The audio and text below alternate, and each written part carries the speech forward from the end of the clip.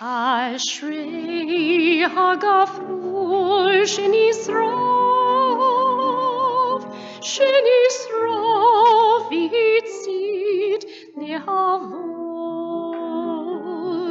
אשרי הלהבה שבערה בסתרי לבבות. אשרי הלבבות שידעו לחדור בכבוד. אשרי הגפרור שנשרף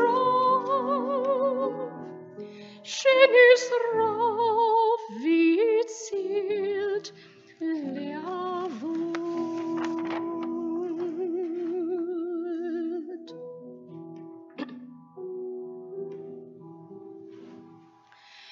אלי שלא יחזרו לעולם חומות של גטאות, גדרות של מחנות, אם בציץ ואושוויץ מדנק שטוטוף.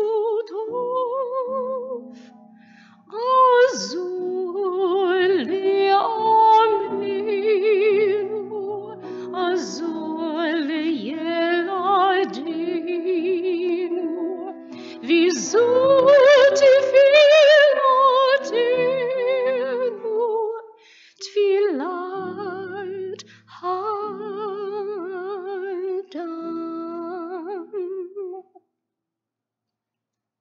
Well, Shabbat Shalom, everyone. Shabbat Shalom. Shabbat Shalom. I know that many different reasons bring you into our sanctuary tonight, and whether it is here to celebrate the joyous occasion of a bar mitzvah, or whether we are here to remember a loved one that is recently lost, or whether we are here to learn and be inspired by story of history.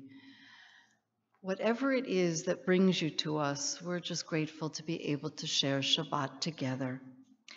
And we have many different aspects of this Shabbat, the beautiful music, the haunting melodies that remind us of this time in our calendar, which is very significant on the Jewish calendar, because we are starting a 10-day period that began just yesterday with what is known as Yom HaShoah, Holocaust Remembrance Day, that day when we pause to remember the 6 million whose lives were cut short during that historical, heartbreaking and heart-wrenching time known as the Holocaust. And then we count the days until the middle of next week when we will begin Yom HaZikaron.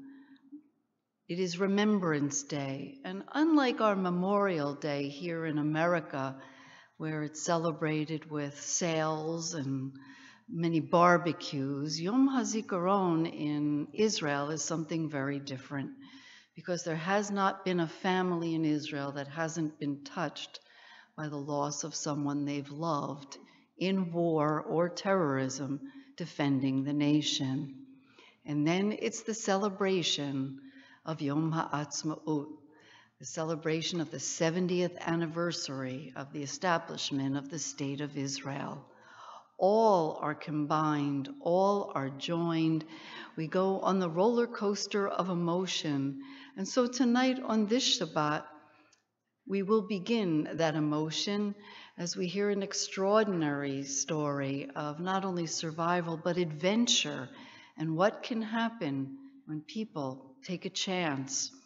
And we will prepare to remember those of the fallen Israeli soldiers, and we will prepare to celebrate Israel's 70th. So there is much here, and of course, with Alex as the next generation, we are so excited that for this entire weekend and tomorrow afternoon when he will be called to the Torah as a bar mitzvah. So I want to begin tonight's service in remembrance. We have a memorial candle remembering all those of the 6 million, together with those of the soldiers that we have lost. And I am going to invite up Megan and Terrence Connolly, who will soon interview their own grandfather, to light the memorial candle as I share this opening reading. Tonight we light this memorial candle for the 6 million Jewish people killed in the Holocaust and the 5 million other victims of the Nazi regime.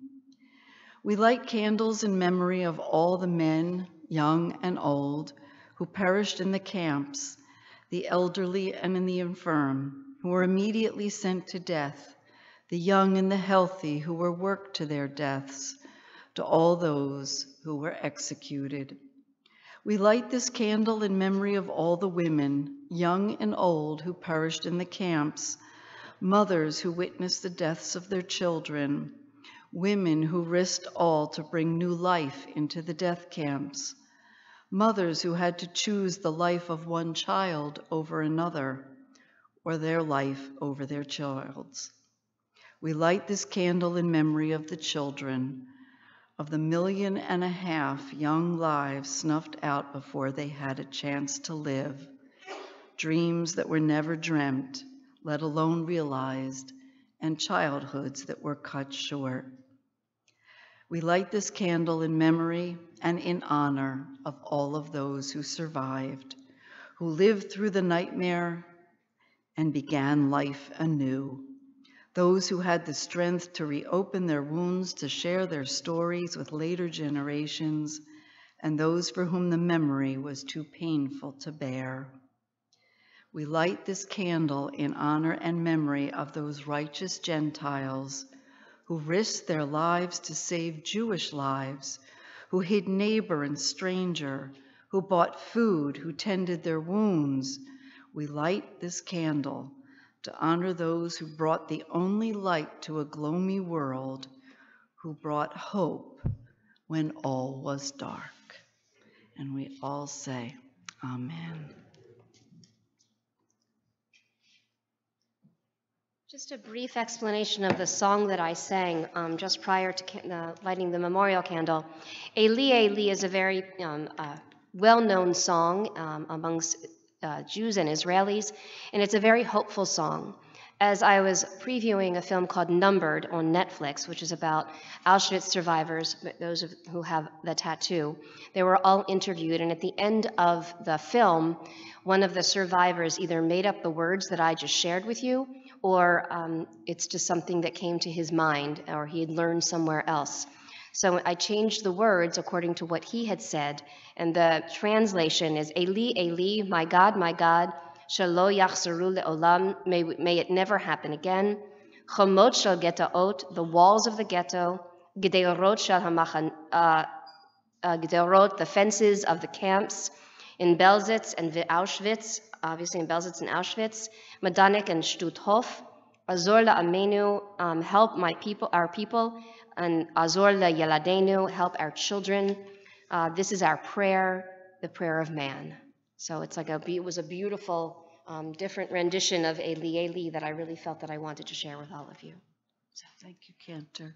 Well, there are all different lights on Shabbat, the light of memory, and of course the light and beauty of all our blessings for which we have so much to give gratitude for.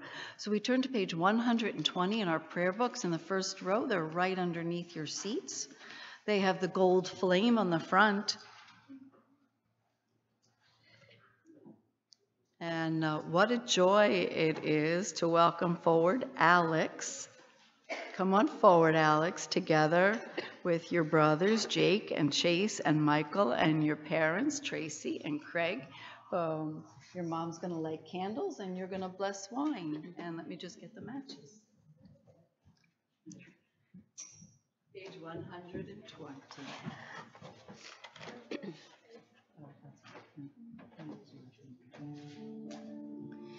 Baruch atah Adonai Eloheinu העולם אשר קידשנו במצוותיו וציוונו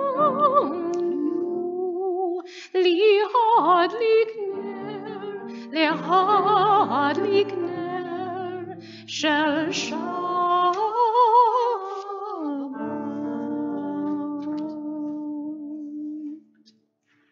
Page 123, if you'd like to follow along with the Kiddush.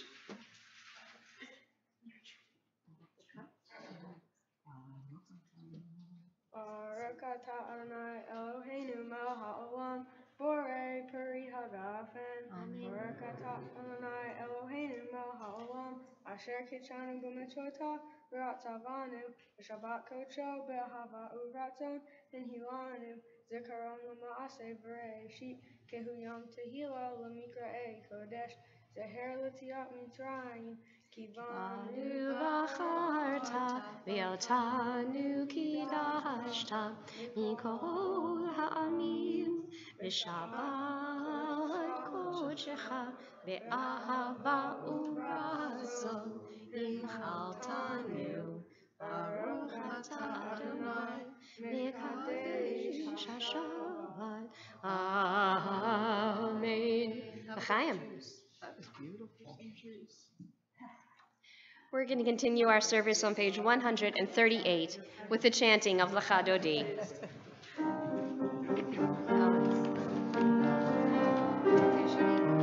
Lecha Dodi likrat kalai yalalai yalalai yalalai pnei Shabbat lekabelai dai dai dai. Lecha Dodi likrat kalai yalalai yalalai yalalai pnei Shabbat lekabelai. Shamor v'zachor b'dibor echad Hishmiyanu el hamyuchan Adonai echad u'shmo echad Ishemu tiferet ve'itila Lecha Dodi likrat kalai yalalai yalalai yalalai pnei Shabbat lekabelai.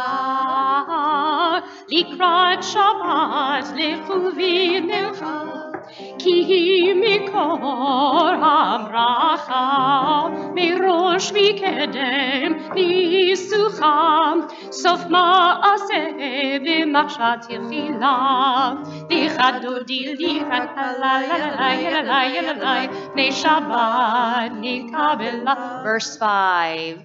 Hitoreri, hitoreri, kiva ori, kumi ori, uri, shedaberi, kivod Adonai, alayich nigda, Lecha Dodi likrat kalai yalalai yalalai yalalai pnei Shabbat lekabela.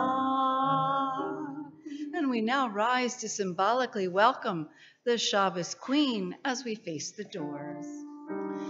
Boi vishalom ateret bala gam bisimcha u'tzola tochemunei am singula Boi chala, boi chala. Lecha Dodi likrat kalai yalalai yalalai yalalai pnei Shabbat lekabelai dai dai. Lecha Dodi likrat kalai yalalai yalalai yalalai pnei Shabbat lekabelai. And we remain standing, please, as we continue with the Baruch Hu, and we turn to page 146. Yai, dai, dai, yai, dai, dai, dai, yai, dai, dai, dai, dai, dai, dai. Baruch Hu et Adonai ha-mevorach. Baruch Adonai ha-mevorach le'olam va'ed. Baruch Adonai, Amivorach le'olam va'ed. And we turn to page 152 for the Shema. Shema Yisrael, Adonai Eloheinu, Adonai Echad, Baruch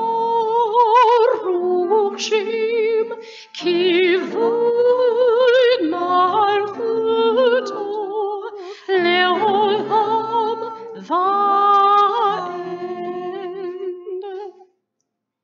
And you may all be seated. We're going to continue on page 154, chanting together.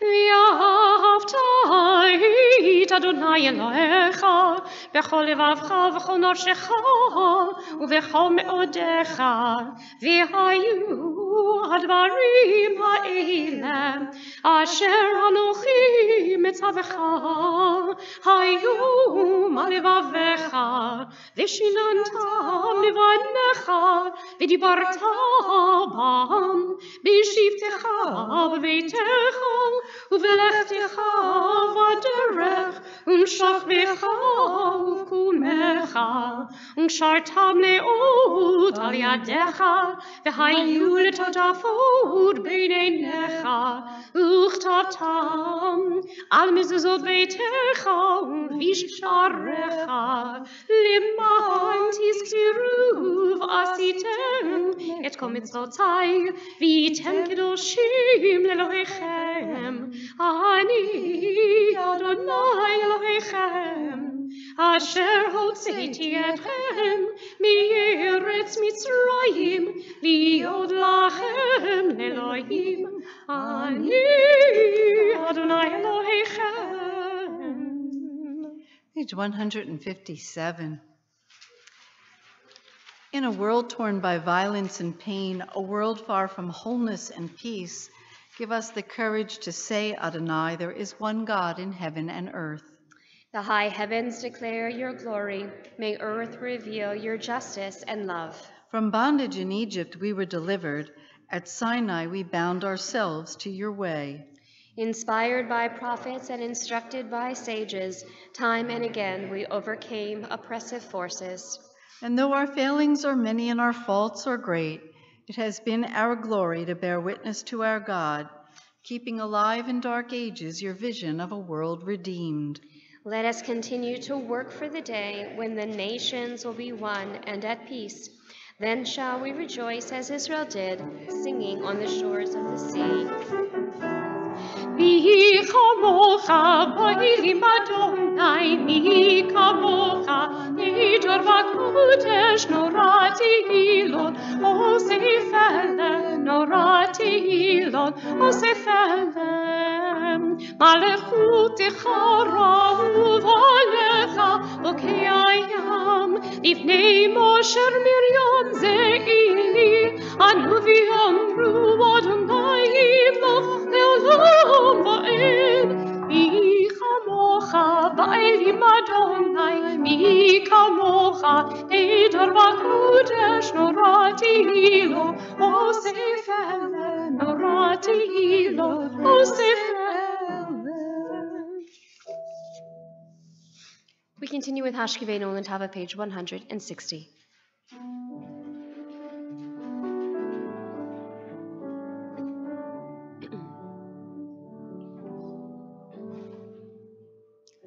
Hashkivenu Adonai Eloheinu l'shalom, l'shalom, ve'hamidenu shomreinu l'chaim.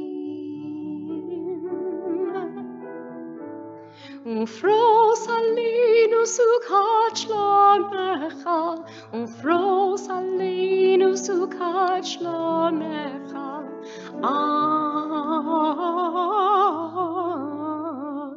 Amen.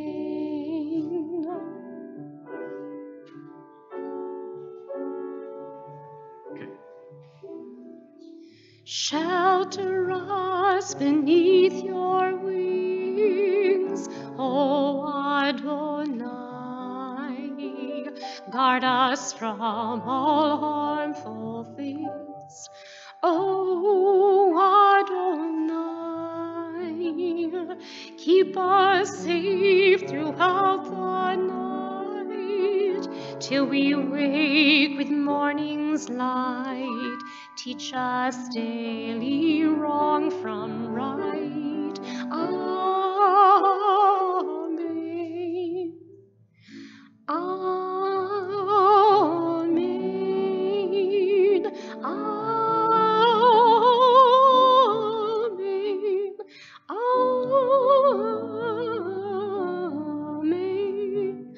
Amen. Amen.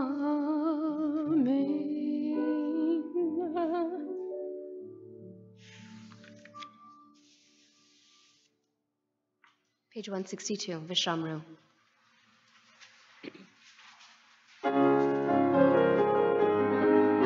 V'shameru v'nei Yisrael et ha-Shabbat la'asot et ha-Shabbat lidorot berit olam v'ni uvein v'nei Yisrael v'ni uvein v'nei Yisrael v'ni uvein v'nei Yisrael hoti l'olam Shabbat Shalom, yalalalai, Shabbat Shalom, yalalalai, Shabbat Shalom, Shabbat Shabbat Shalom. Ki sheshet yamim asa Adonai et hashamayim ve'et haaretz uvayom hashvi'i Shabbat vayinavash, Shabbat vayinavash. Yalalalai, Shabbat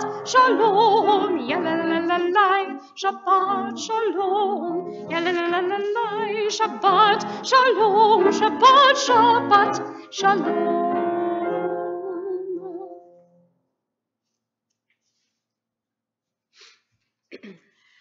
And our service continues now on page 164. It is Tefillah, the prayer. We rise together and we follow along through page 170.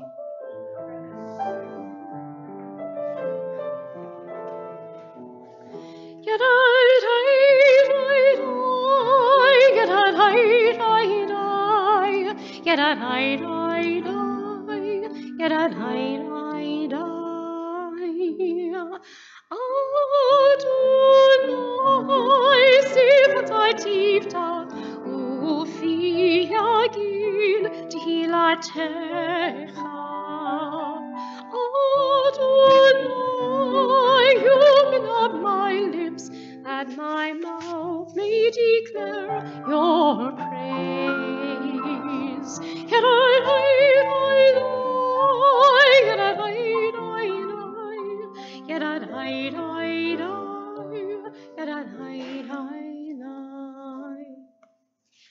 Baruch atah Adonai Eloheinu v'Elohei avotenu v'imoteinu Elohei Avraham Elohei Yitzchak v'Elohei Yaakov Elohei Sarah Elohei Yitzchak v'Elohei Yaakov Elohei Leah El Hagadol Hagibor v'Hanoram El Elyon Gomel Chasadim Tovim v'Konei Hakol, v'zocher chasei avot v'imot, u'mevin geula livnei v'neihem, imman shemo be'ahava, melech ozer, Moshiach u'magein, Baruch atah Adonai, Magin Avraham, B'ezrat Sarah, atah gibor le'olam Adonai, Mechayi hakol atara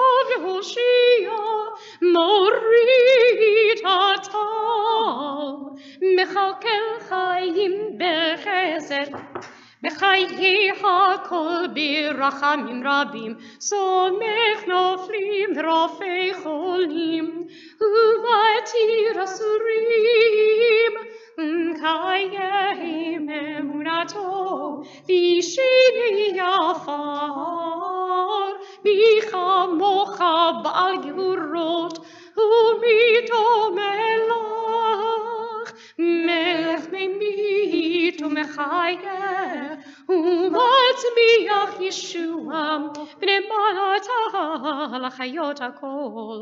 ברוך אתה אדוני בחיי הכל.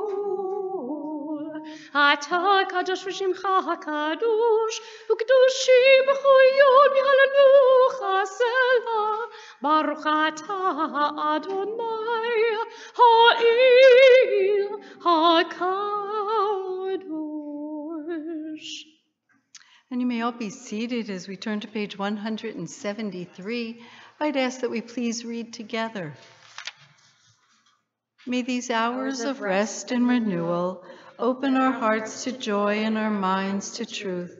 May all who struggle find rest on this day. May all who suffer find solace. May all who hurt find healing on this day. May all who despair find purpose. May all who hunger find fulfillment on this day, and may this day fulfill its promise. Baruch atah Adonai, Mikadesh HaShabbat. And our prayer of thanksgiving is found on page 177. Modim anachnu lach, Shatahu Adonai Eloheinu,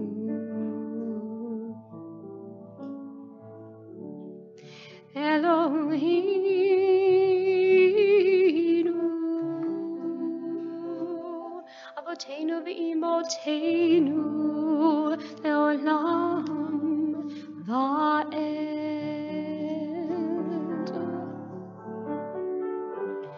Tzur yishenu magen yishenu, atahu ledor vador.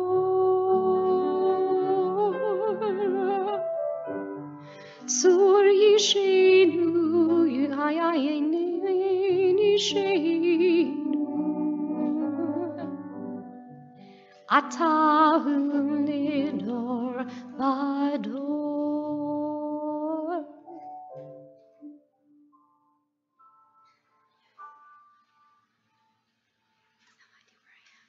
And let us read together. God of goodness, we give thanks for the gift of life, wonder beyond words, for the awareness of soul, our light within, for the world around us so filled with beauty, for the richness of the earth which day by day sustains us. For all these and more we offer thanks. Baruch atah Adonai, hatov shimcha ulacha na'eh lehodot. Please join me in Shalom Rav, page 178. Shalom Ra'av al Yisrael amcha tasim le'olam. Shalom Ra'av al Yisrael amcha tasim le'olam. Ki ata melech Adon lecho hashalom. Ki ata melech Adon lecho hashalom. Shalom Ra'av al Yisrael amcha tasim le'olam. Shalom Ra'av al Yisrael amcha tasim le'olam. Tasim le'olam.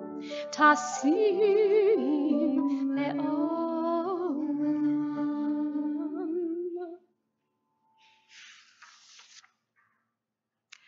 How elusive is Shalom Rav, abundant peace. As we come together tonight in commemoration of Yom HaShoah, we realize regrettably that after the most horrific historical act committed in modern times or any time, we still remain in a very broken world. There is not a corner of this earth that there is not suffering and hatred, and those who are dying, and those who are hungry, and those who are ill. We are so very fortunate. And each and every Shabbat we come together, we must realize how very lucky we are. But more than that, we must realize that each of us has a part in trying to save and heal this world.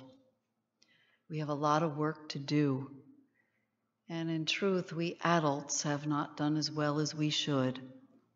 God willing, the next generation, those who become bar and bat mitzvah here on this bima and beyond and grow up within our traditions and attached to our people, well, hopefully they will be motivated to do far better. But as we hear story, reflect on prayer, and think of our own lives, particularly this Shabbat, let us give thanks and pause for how we might be able to help make this world a much better place. We pause for a few moments of our own silent and private prayer.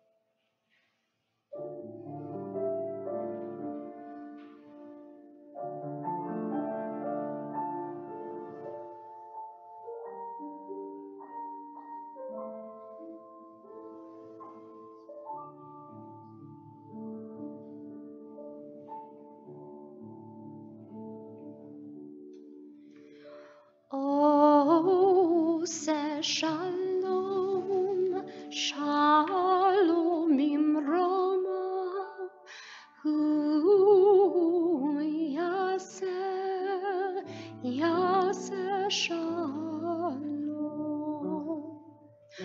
Oh, say shalom, shalom imroma, hu yaseh, yaseh shalom. Hu yaseh shalom. Shalom aleinu.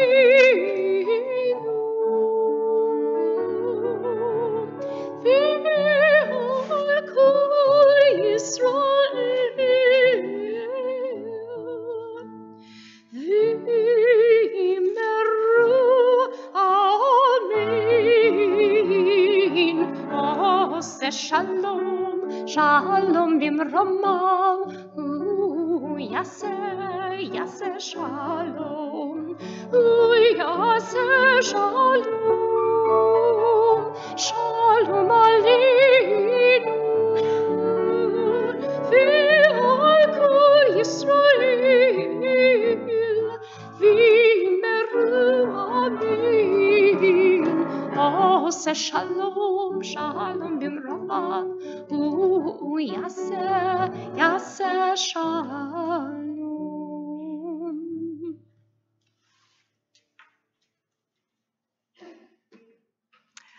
Always on Shabbat, we remember those who need extra healing prayers, those who are joining us perhaps over our live webcast tonight, to whom we offer a Shabbat Shalom, because they are homebound or hospital bound.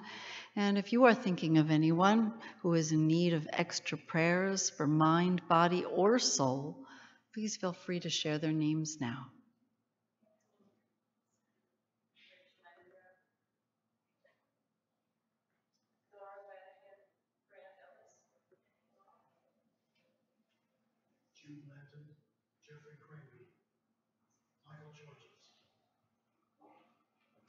For all those that are known and unknown to us, we say, Baruch Atah Adonai, Rofeh HaCholim. Blessed is God from where the source of healing flows. And if healing cannot be their gift, we pray that they will have the courage to endure their challenges. Amen. Well, we are very touched and grateful tonight to be able to be inspired by a historical lesson, this time not from a book, but by one who lived the story.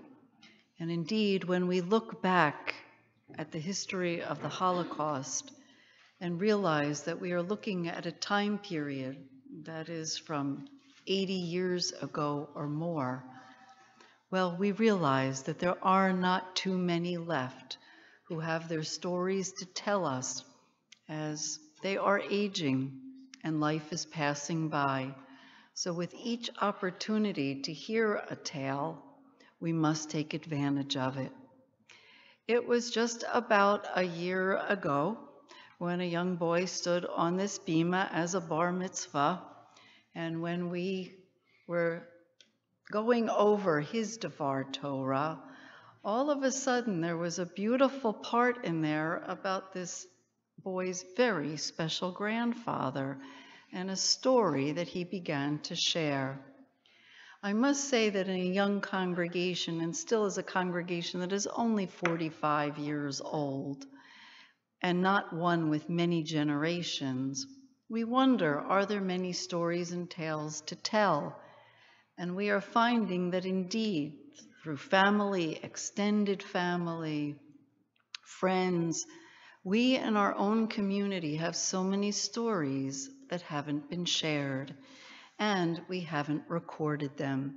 So I do want to acknowledge that Matt Baltuck is here tonight, together with David Schwartz, and together with Megan Connolly, with Donna Connolly. They have been one by one finding those with survivor stories in our own midst and documenting them so that we will have a record of our own history here from Temple Har Shalom.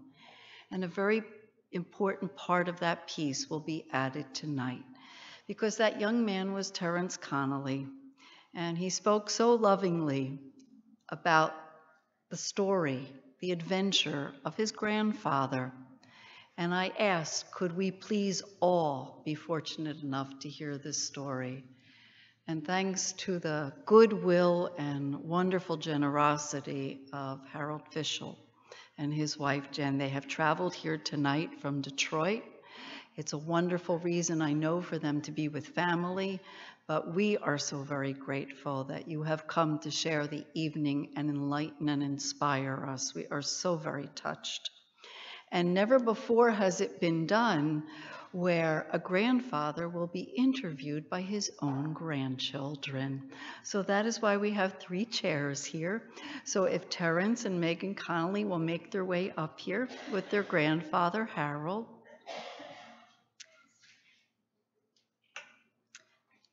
And this will literally be a question and answer. I'm not going to give away any of the tale. And then we'll have an opportunity to ask questions ourselves.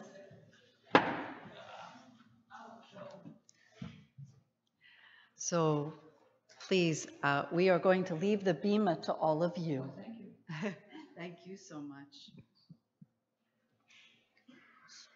How old were you when the Holocaust first broke out? You're supposed to ask me about my age? Okay. Well, let's go back a step. The Holocaust, of course, was already ranging. Sure, we can hear. Right, speak into it. Thank you very much. Okay. I'll just say, Terence I'm about speaking to Terence, and I want to speak to you also. Okay. Of course, the Holocaust was already going on, unfortunately, in the 30s in Germany. And basically, a lot of the, not only the Jewish people, but they were actually going after also Catholic priests in there, but mostly the Jews, okay? And what we heard about it mostly was Kristallnacht, 1939, when they really started plundering the Jews. But even before that, German Jews had been coming to Holland. And of course, my family was living in Holland. Very fortunately, Holland had been totally neutral in World War I, and never expected that Germany would have attacked them or they had anything to do with that, because the German Kaiser came to Holland and lived there. And many German orphans were taken in for foster homes.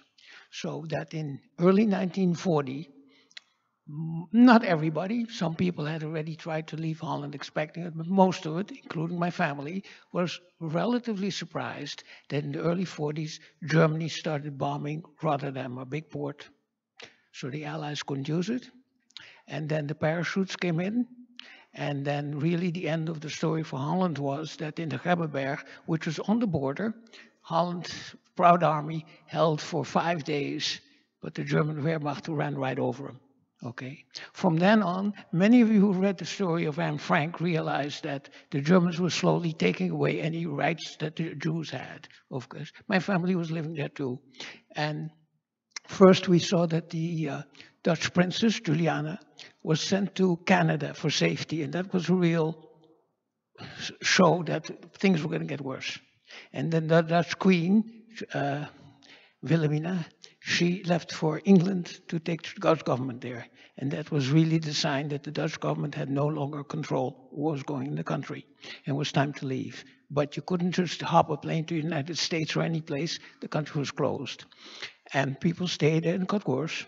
And then rumors started coming around that there was a way out in a small shipping town called Scheveningen. Can you say Scheveningen? Scheveningen. That was the code word, which we knew who was German and not. Okay, in Scheveningen, that there was a chance to leave. Up to this day, I don't know, because it's from hearsay. Was this a German trick or was it real? Anyway, people started leaving for Scheveningen. And there are two harbors in Scheveningen, the new one and the old one. And in the new one, people were told there were boats that could take them to England. And on the way, there's a crossroad, and in the split, there was a person dressed, and again, this is hearsay, I was a baby, I was only 9 months old, okay, who were directing traffic. And my father, in Europe, you listen to accents very carefully, did not trust the man's accent, thought that he was working with the Germans, and we went to the Old Harbor. Okay, in the Old Harbor, by luck, my parents got us aboard a wooden fishing, it was just a fishing boat that normally goes out in the North Sea but never goes to England.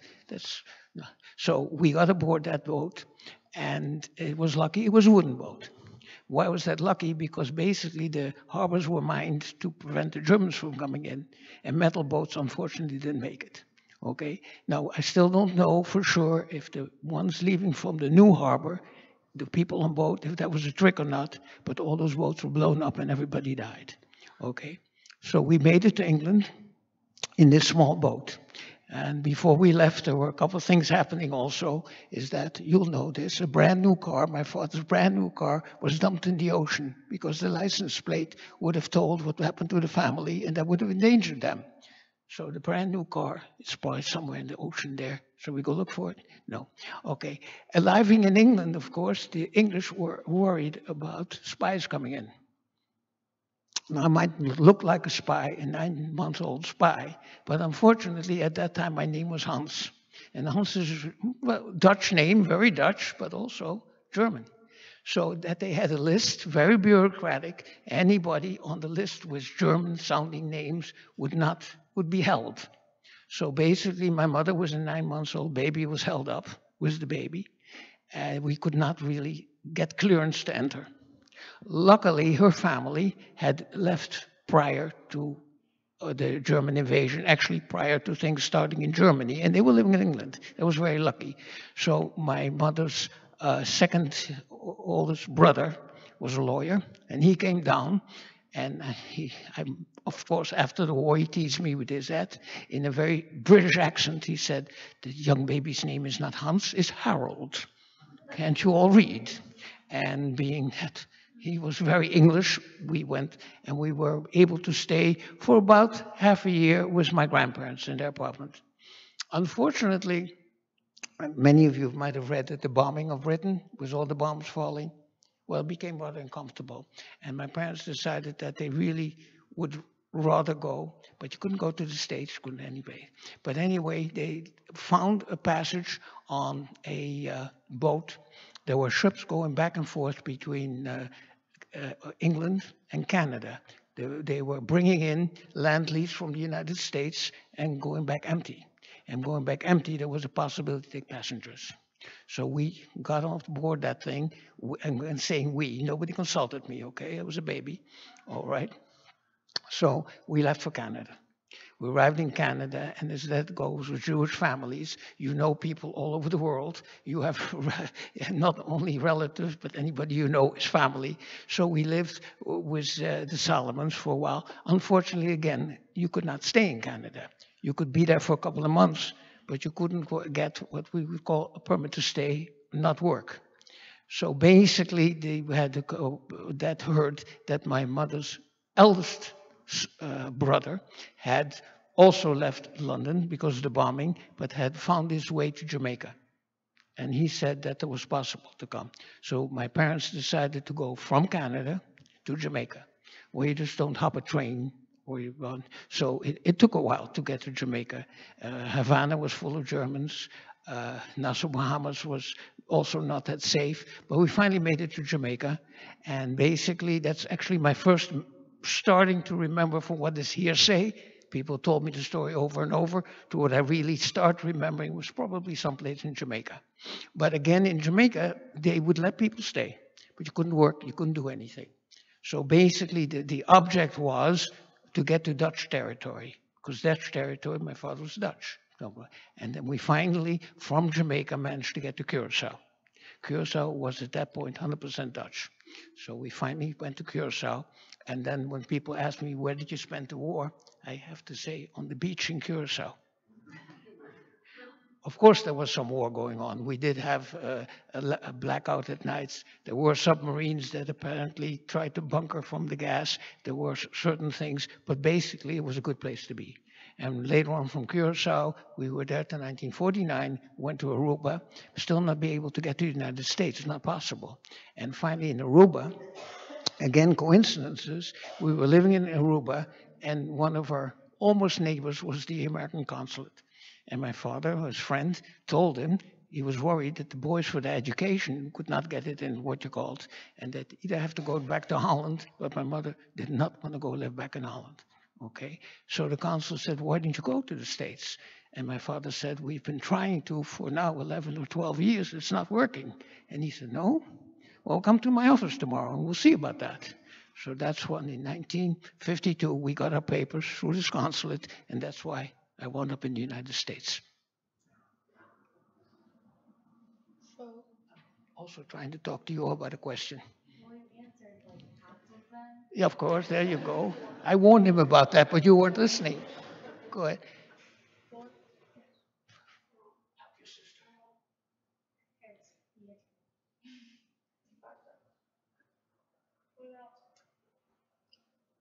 we've heard that it's hard for other people to talk about it, like other Holocaust survivors. So, how do you feel about talking about it?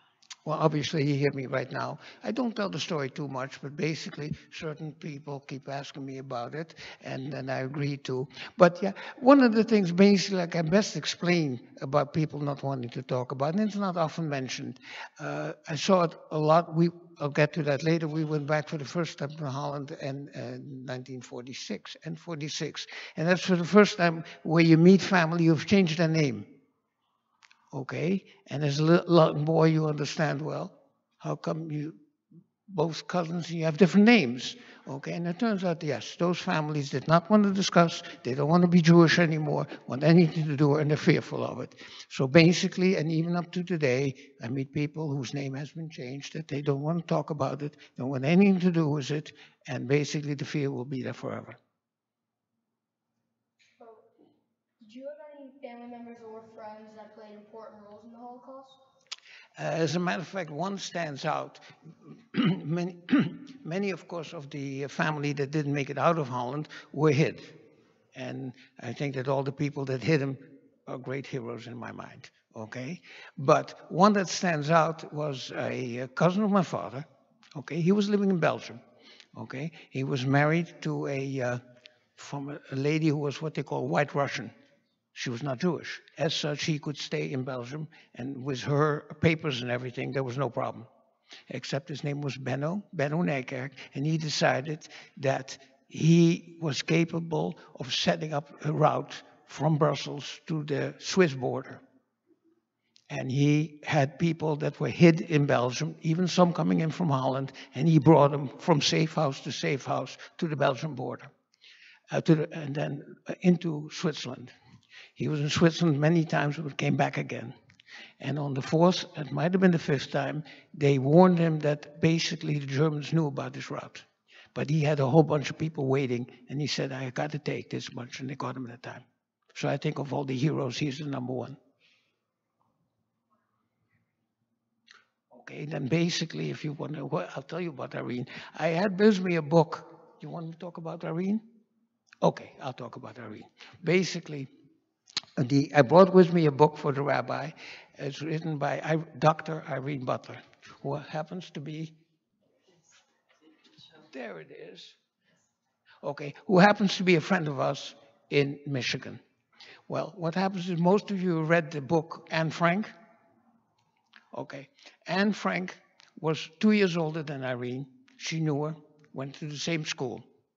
They were picked up at about the same time and went to Westerbork, which was sort of like the holding camp in Holland, where they thought they were going to be held till the end of the war, which wasn't anyway. Anyway, from Westerbork, where she was at the same time as Irene, they went to Bergen-Belsen. And in Bergen-Belsen, she was with Anne Frank. Only Anne Frank could write up to the fact that they were taken in. Irene got a chance, the Lord gave her that chance to write the book after the war. So Irene's story goes all through the war, through Bergen-Belsen and the camps. And the miraculous story that because her father had in Holland applied for false passports to go to South America, they were exchanged for Germans who were held in Texas as an exchange student. As students, they were not students, they were just normal people living there, called Crystal City.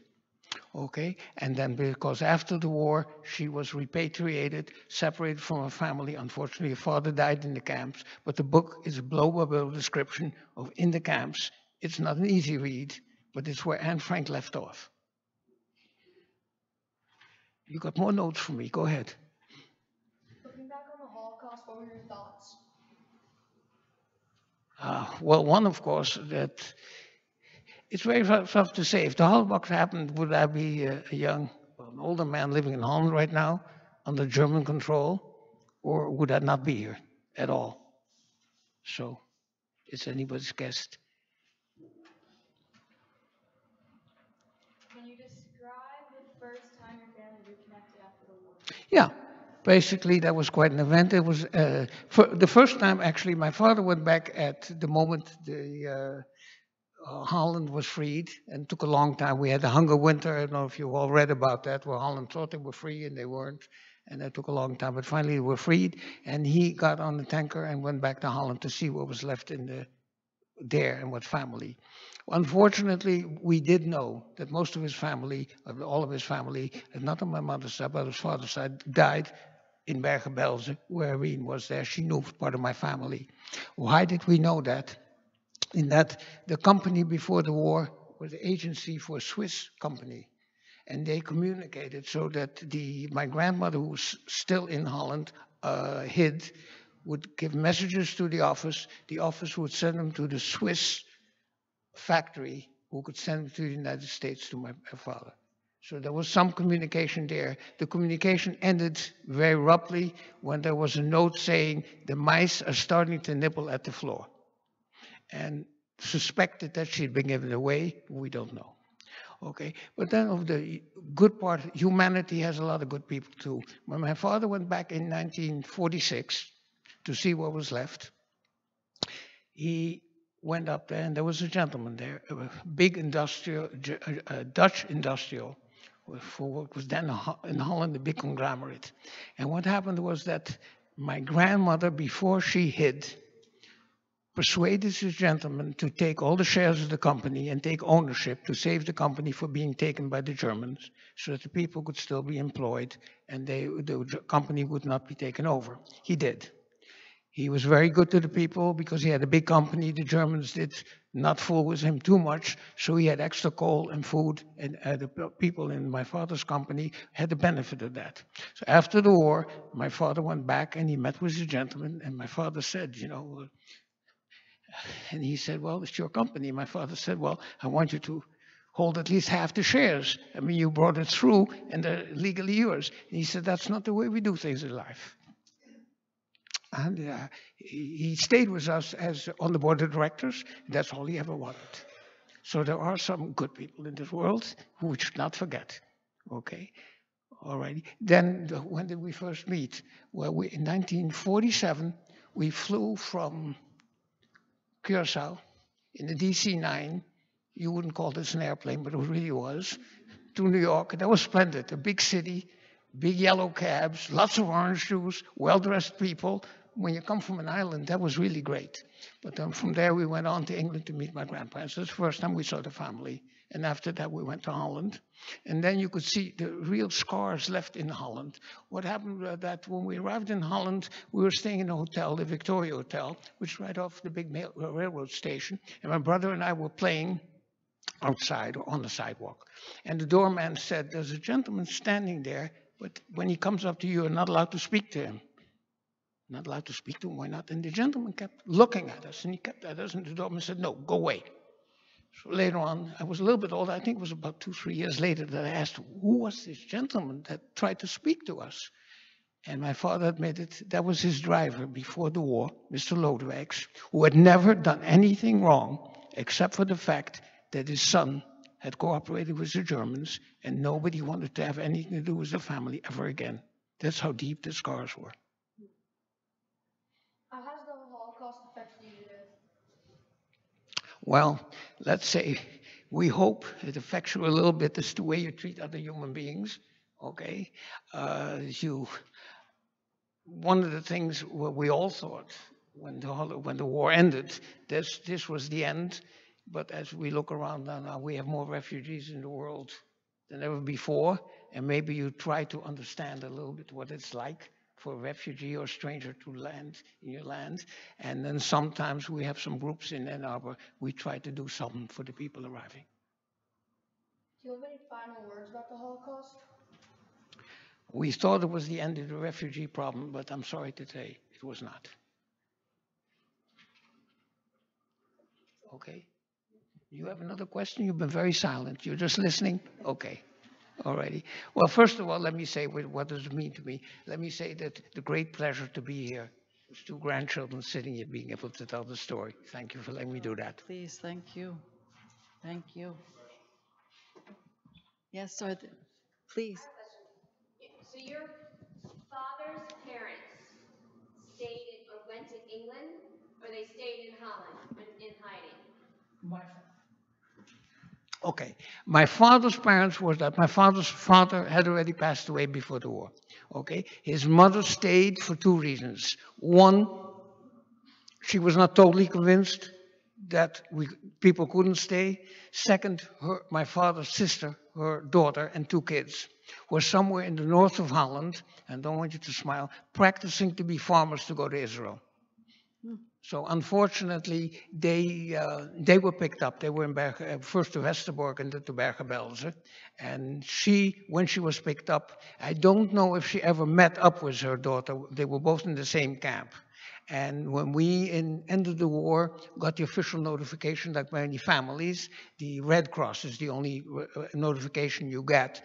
They gave the death certificate as both at the same time. And it was the same place. If they ever actually met in that big camp, I don't know. And your mother's family? Well, my mother's family basically had left, much of them were already in England. My grandparents were living in England. Her 2 brothers were living in England. My mother's youngest brother was hid. His best friend was half Jewish, so the mother hid him all during the war. Okay, in a place which I saw after the war was right under the stairs, but they got away with it. And the other brother was in the German army, the Dutch army. And of course, the Dutch army didn't hold very long, so he was a prisoner of war.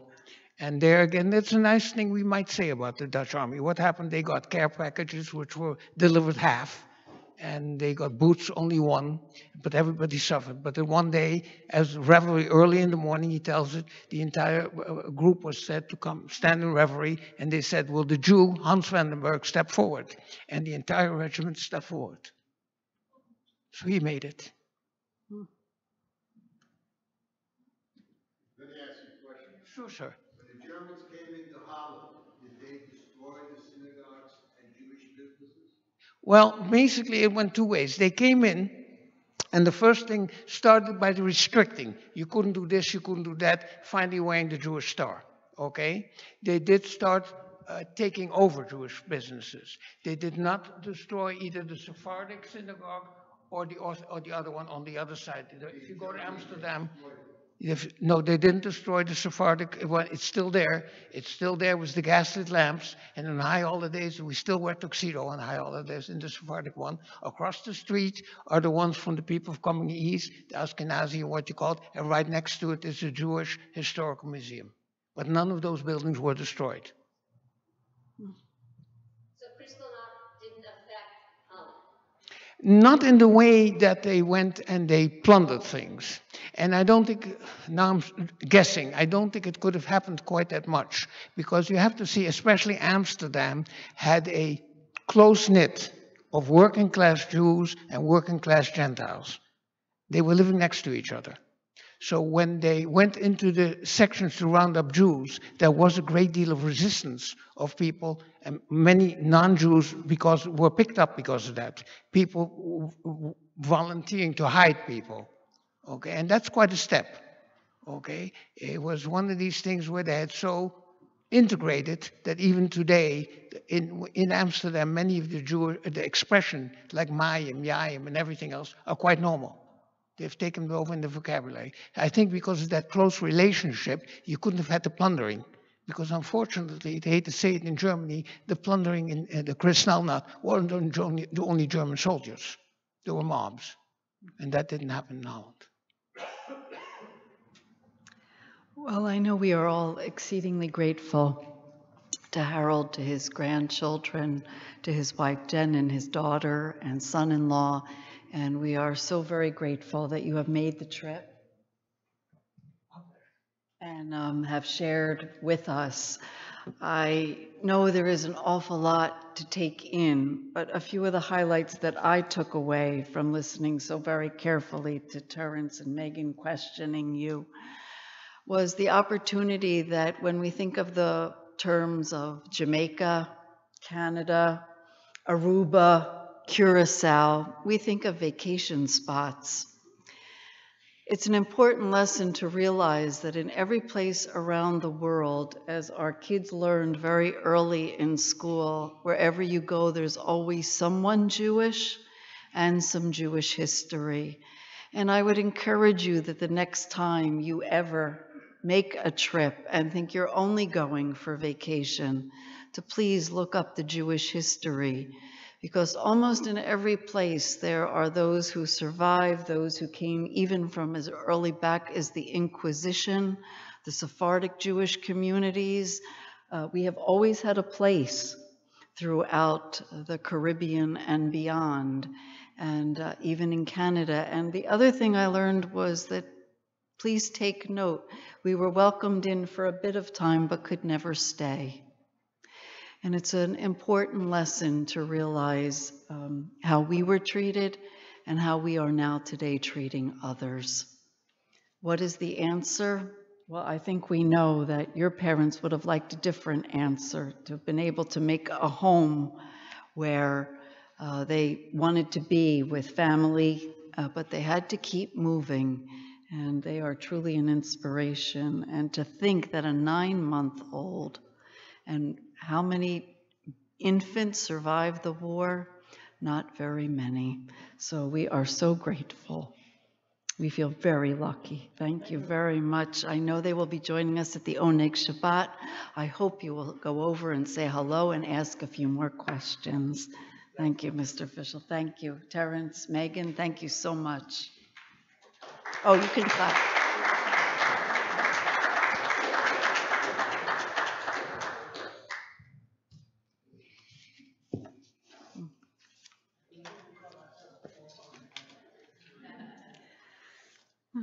The stories amaze and astound, and I can't help but think, what would we have done? What would our families have done? Would we have been brave enough to pick up everything and leave everything that was so comfortable and known to us for the unknown? Would we have had that bravery? I'm not so sure.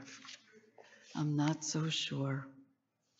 But we're grateful to those who were brave enough so that they have stories yet to tell. Well, our service continues now as we do our concluding prayers, page 586, the Aleinu. Alex, may I invite you up, please, with your brother Jake? Jake, the one that was up here last year. I'm going to ask everyone to rise, please, as they open the ark door. Aleinu לשבח אדון הכל, לתת גדולה ליוצאי בראשית, שלא עשנו כגויי הארצות, ולא שמנו כמשפחות אדמה, שלא שם חלקנו כהם, וגורלנו ככל עמונם.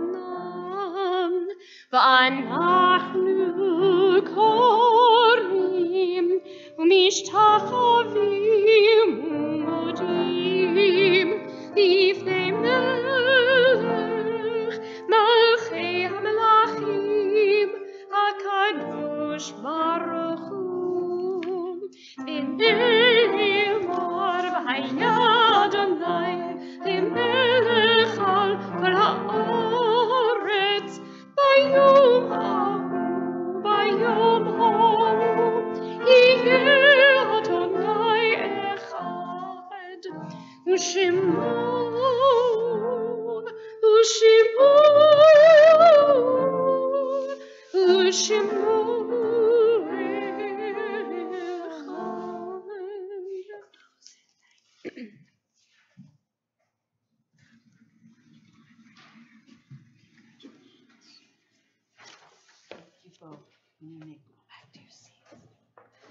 I would ask that you please remain standing so we can remember those who are no longer physically present with us, but very much alive in our hearts and our memories.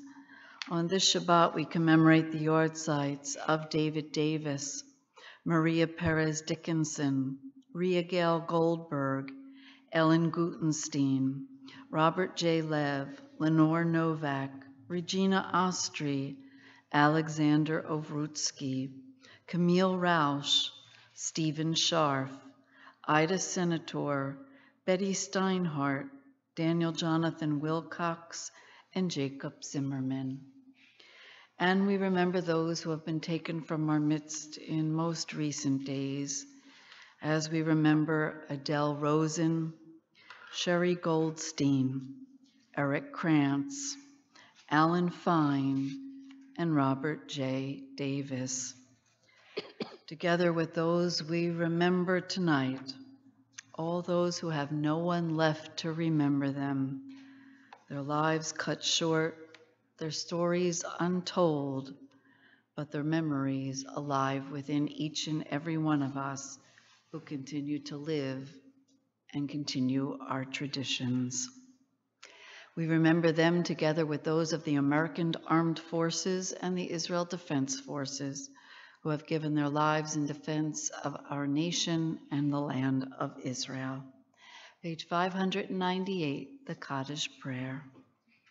Yitgadal v'yitkadash shemei Rabbah, v'alma divrach cherutei v'yamlich malchutei, v'chayechona v'yomechona v'chayei kol beit Israel, v'agalav v'zman kariv v'imru amen. Yehei shmei Rabbah mevarach le'olam amei amaya. Yitbarak v'yishtabak v'yitpa'ar v'yitraman v'yitnaseh. V'yitadar, v'yitalev, v'yitalal, shemed kudusha brechu, le'olam mimcho birchata v'shirata, tushbachata v'nechamata, da'amiran be'alma v'yimaru amen.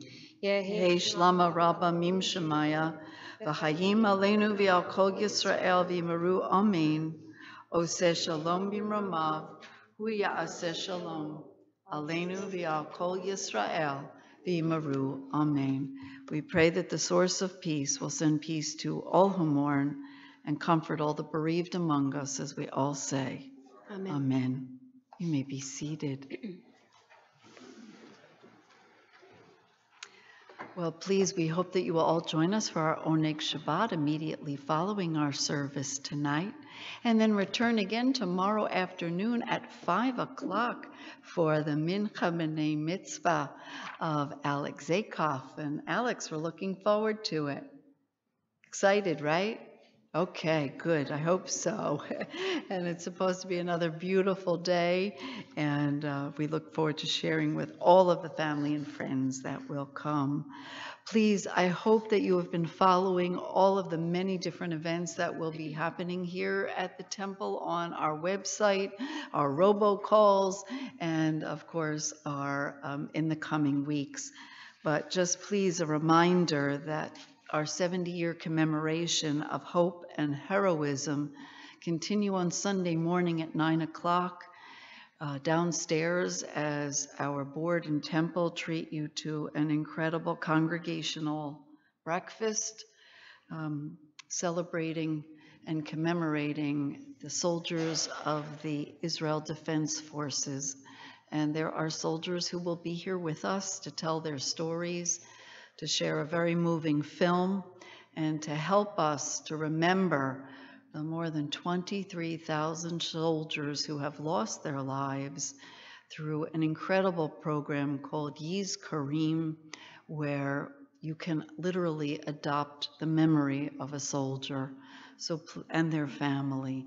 So please, I hope that you will be here with us Sunday morning at 9 a.m. and next Friday night with 2 additional Israel Defense soldiers and our Israel Shaliach, Michael Levy. So much going on, and all of it is to help us to raise consciousness and to realize how fortunate we are because of what so many do to support us. Enter. As a closing song, I often choose on Yom HaShoah or on Kristallnacht to sing something in Yiddish because it's the language of the people of which are no more. The language is really, not many people, not many of our grandparents are around that speak in Yiddish. I know that my grandparents, I know Rabbi's grandparents used to speak in Yiddish. You know, when they would talk about something that they didn't want you to know what they were saying, they would speak in Yiddish, of course.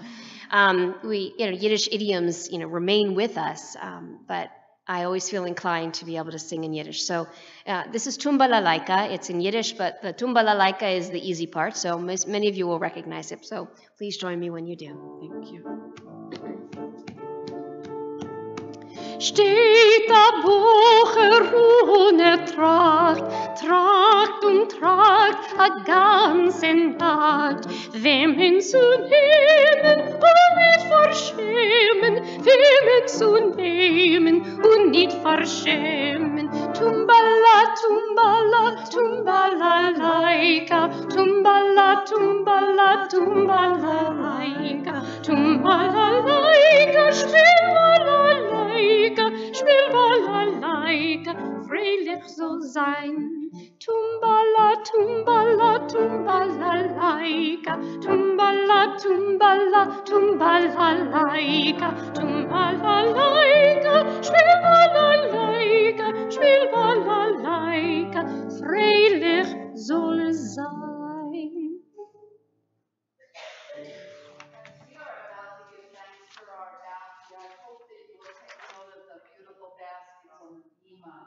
I don't know if it was on purpose, but Alex and his family have chosen an incredible organization to support. It is known as the Blue Card Fund.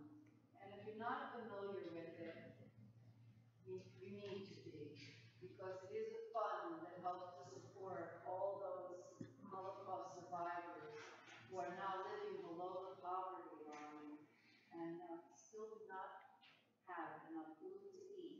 and a place to live. So we as a congregation are being very supportive of that fund, and I hope that you will take a moment to come look at that, and we're very grateful. I don't know if it was on purpose, but we would call that the shared estate. Baruch atah Adonai Eloheinu melech haolam hamotzi lechem min haaretz b'te'avon. Shabbat shalom, everyone. Please join us in the back of the sanctuary for Oneg Shabbat.